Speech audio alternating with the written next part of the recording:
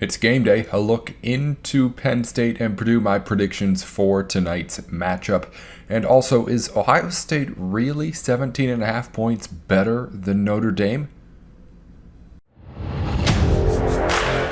You are Locked On Big Ten, your daily podcast on the Big Ten Conference.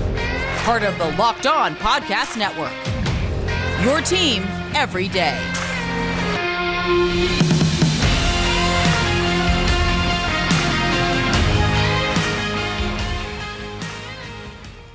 Hey, Nate Dickinson here. Thanks for tuning in to Locked On Big Ten. Everything you need to know about the Big Ten Conference every day of the week.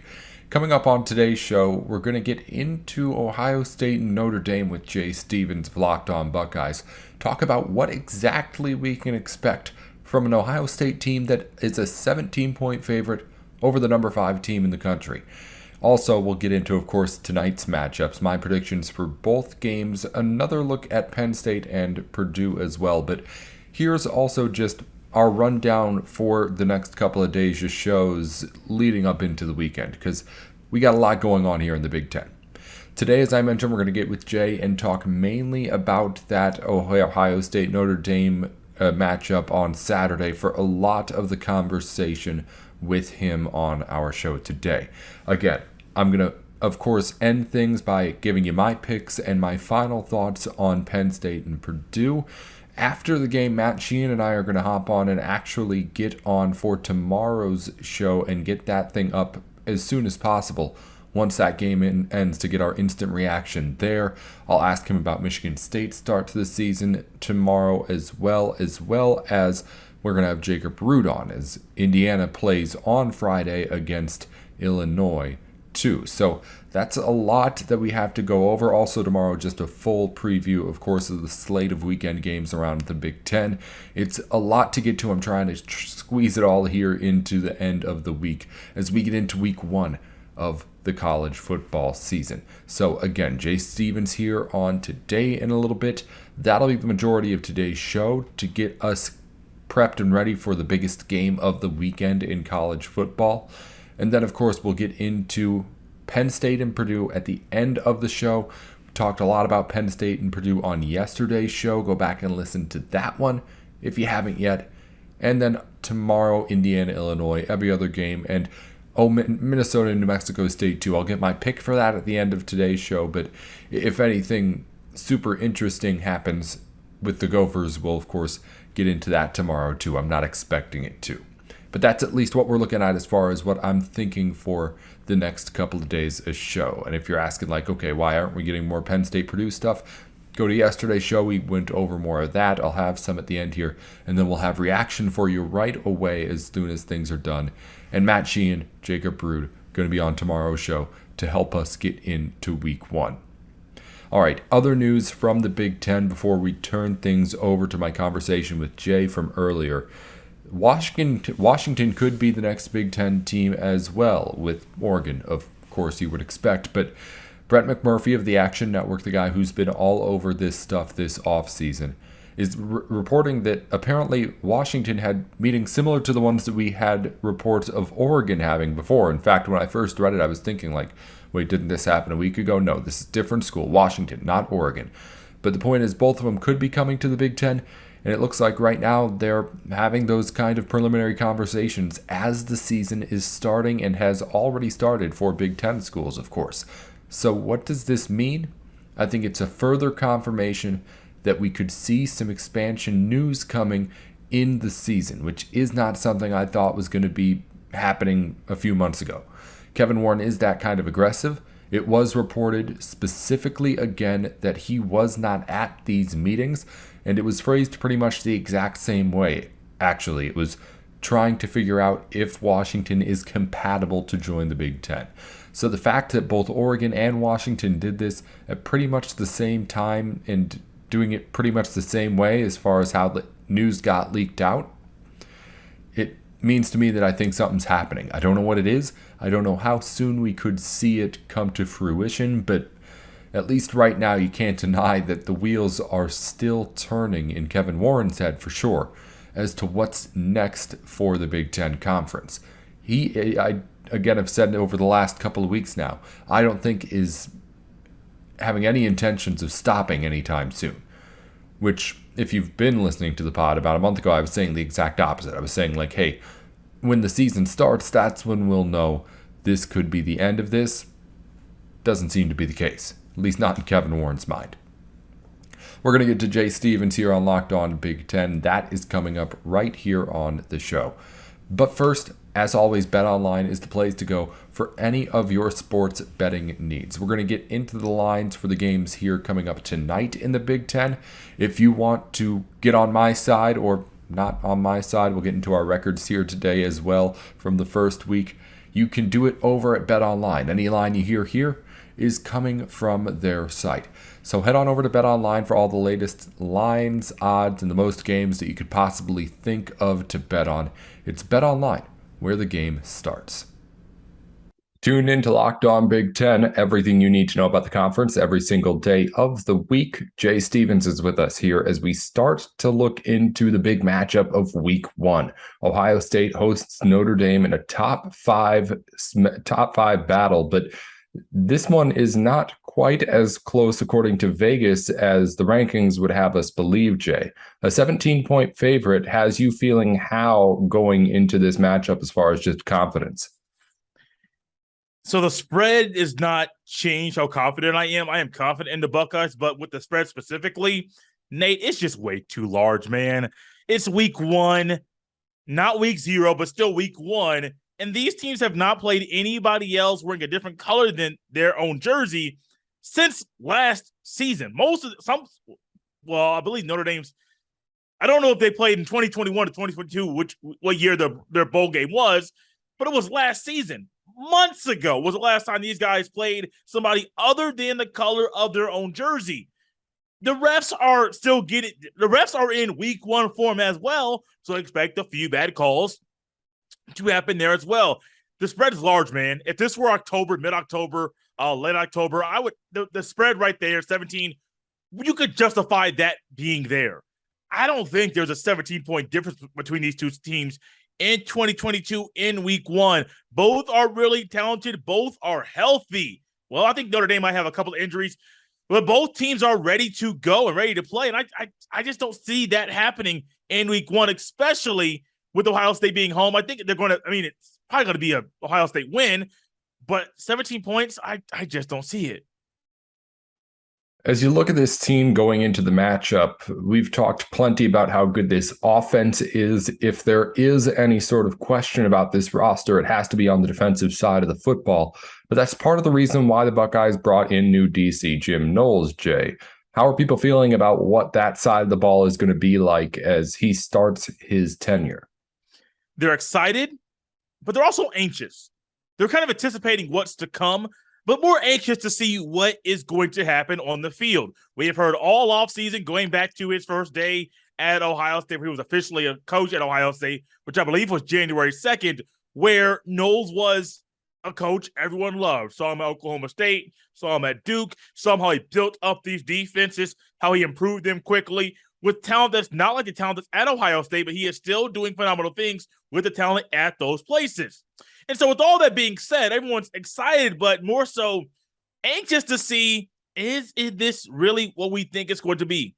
Should I buy into the hype, as Buckeye fans might be asking themselves? Is Knowles a deciding factor that him alone will change the defense? These are all things people are asking. I firmly think that it's kind of not a wait-and-see game, but kind of a wait-and-see game. Like, I think the defense will be better, but many people have to see it. And I need to see the defense be better, not Week 4, Week 5, Week 1 against Notre Dame. If there were a way for this game to go wrong for the Buckeyes, what is it? Whether it be just something Ohio State isn't able to do well or something Notre Dame can take advantage of? A couple things. I can't say just one. Number one is the defense not being aggressive. If this is a non-aggressive defense and the defense is just not playing like you think it will be with the new defensive coordinator and all the hype around him, just bad news. Bears, man, it's just bad for the Buckeyes if they're not an aggressive defense. But number two, not having a balanced offensive attack. Everyone marvels at the offense the Buckeyes had last year. The numbers, number one offense in the country, statistically, broke records, broke Rose Bowl records, bowl game records. all this stuff. They did all that without a balanced rushing attack. And I remember seeing something on Twitter where someone who was not a really crazy Ohio State fan, just a fan of the sport, wanted to watch the football on the Rose Bowl. They said, what's up with the Buckeye running game? And they're just a casual observer of the Buckeyes, but they quickly realized the rushing game is not what you want it to be at Ohio State. The rushing game needs to be on point on Saturday. If it is not, things could go wrong for the Buckeyes.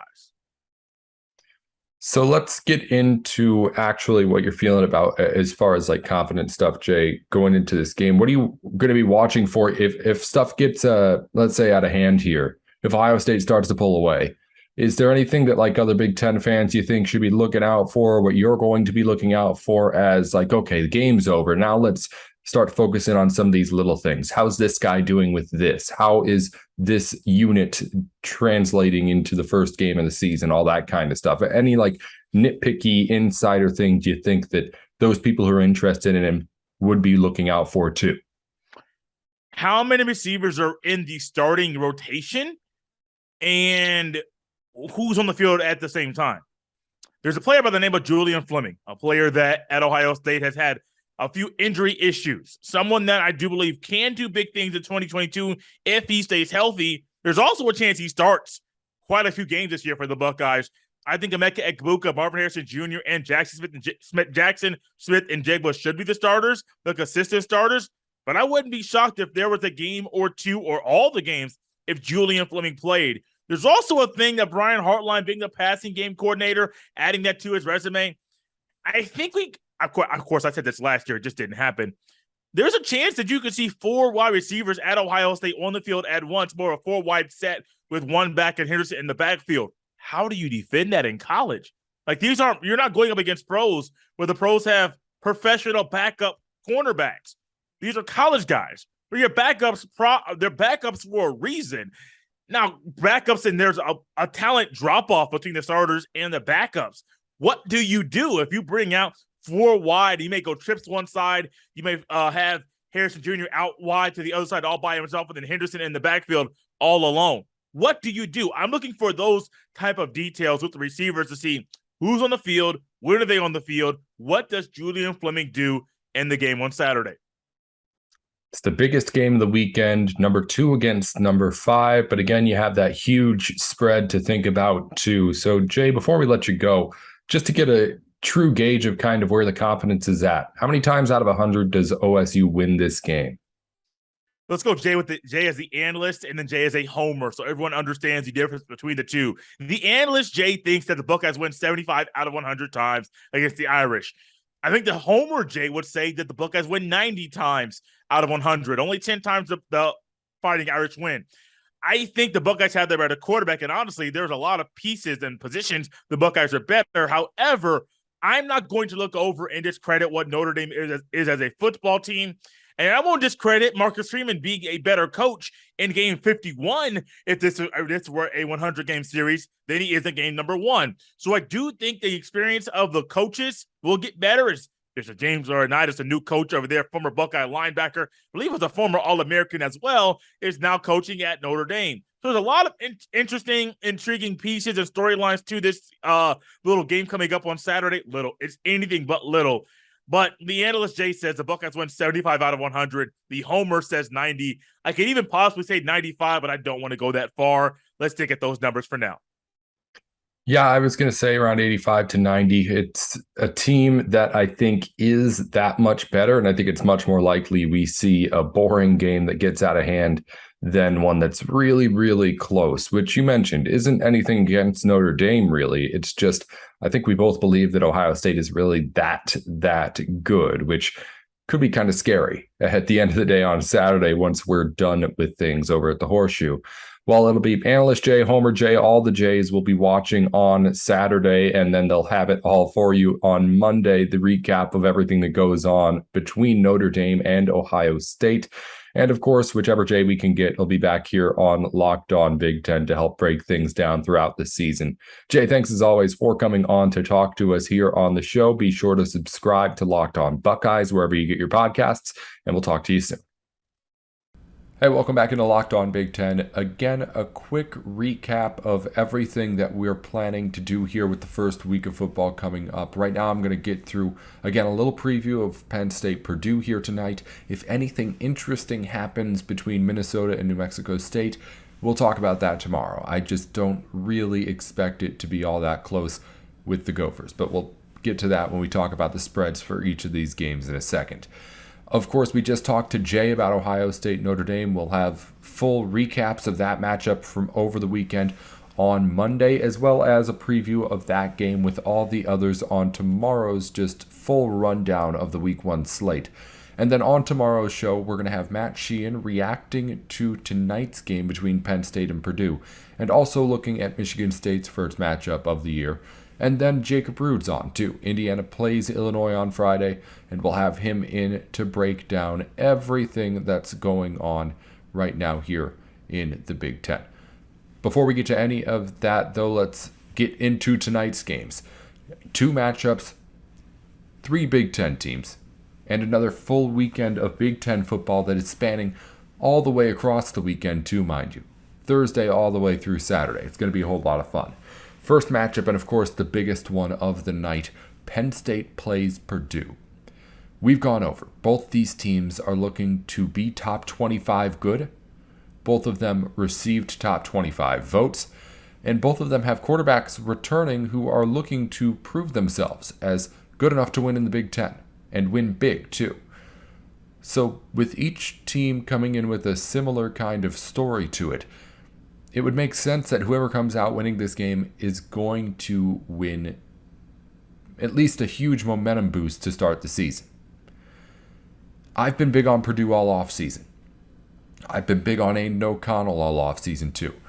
In a year in which there is not any sort of real front runner for that second best quarterback in the conference, I think he's the guy that can step in and really, really take a big step forward if he answers the call. If not, there's plenty of other quarterbacks who will be good enough to put their teams in Indianapolis, or if you're on Ohio State side, in that game where you can challenge the Buckeyes too. This is the first step for Aiden O'Connell and the Purdue Boilermakers. I mentioned it in our little preview we had before. If Purdue wins this game, it means more than if Penn State does. This is the not a football school coming in with a good team, trying to knock off a blue blood in the Big Ten and in all of college football in Penn State, despite whatever their record may have been last season. They are on the same plane as far as where they're trying to get this year in wins and losses, and where their talent level may be looked at right now at least. But as far as who they are as schools and programs, it's still Penn State and Purdue. I think it's Purdue's time this year at least. I think Aiden O'Connell's good enough. I'm taking Purdue plus 3.5 here to open the season. I do think that whoever gets this win gets a huge boost of momentum to start off with more wins to follow, but whoever loses it, of course, is 0-1 to start off in the Big Ten, and we know how bad that can be when we saw it last weekend with Nebraska. So we'll see what ends up happening and how good each team looks. But my pick, Purdue plus 3.5. Before we get to the Minnesota pick, which is a huge spread, my record on the year, it's 1-2, minus 1.09 units if you want to do things that way. Hopefully going to do things better. I had Nebraska and I took the under in the game in London. Neither of those hit. I did take Wyoming, or I did take Illinois against Wyoming, and the Illini won big. Other game was Minnesota, minus 36 against New Mexico State. I'll take New Mexico State in that one. Just a lot of points. And Minnesota, I'm sure, will run up the score plenty, but I don't know if it'll be 36 points good. Plenty of ways for this to not end up getting to that point. So I'll take New Mexico State plus 36, Purdue plus 3.5 at home. A couple of underdogs for me. We'll, of course, figure out how it ends up when we talk to Matt Sheehan, at least for one of those games, Penn State and Purdue, and then we'll get his picks, talk to Jacob Rude, and maybe see what he thinks for the weekend too as well, as we're going to try and maybe keep track of all of that this season with the people that we have on the show whenever they get on here. That's enough for me talking here. I'll talk to you again tomorrow after a big Big Ten game. Of course, we'll recap Penn State and Purdue, preview the rest of the weekend around the Big Ten, and we'll have it for you right here on the program. Nate Dickinson with you. We'll talk to you soon. Until then, you've been listening in to Locked On Big Ten.